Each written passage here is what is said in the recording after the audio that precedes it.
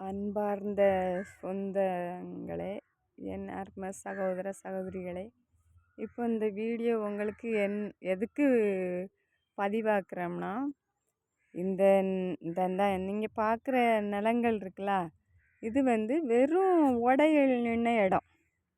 நாட்டோட வேலியோட மாதிரி நிறைய செடிகள் நின்ன இடம்.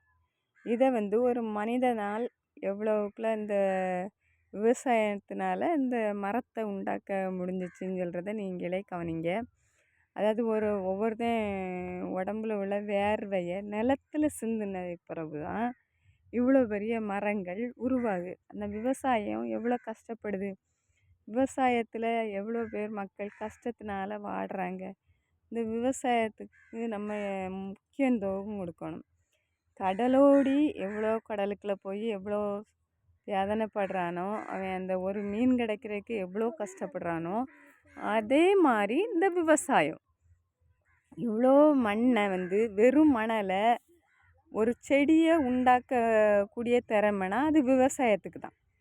அதாவது விவசாயம் இல்லைன்னா மனிதனே இல்லை. அவங்க பயிரிட்டால் தான் நம்மளுக்கு சாப்பிடக்கூடிய இது இருக்கு. இன்றைக்கி 1 கிலோ அரிசி 80 ரூபா 90 ரூபாய்க்கு நம்ம வாங்கி சாப்பிட்றோம்.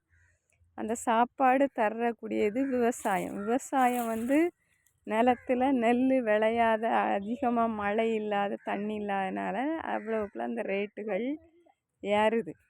முந்தி சோளாச்சோறு இதுதான் கிடைக்கும். இப்போ நம்மளுக்கு அரிசி சாதம் கிடைக்கும்.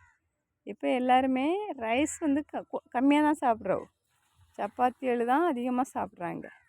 அப்போது இந்த விவசாயம்தான் அவங்களுக்கு எல்லாமே.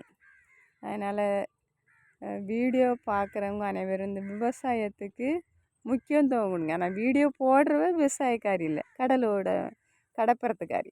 ஆனால் கடப்புறத்துக்காரி விவசாய மக்களுக்கு எவ்வளோக்குள்ள முக்கியத்துவம் கொடுக்குறான்னு நீங்களே பாருங்கள். என்ன விவசாயம், ஒரு மண்ணை பொண்ணாக விளையிற விவசாயம்.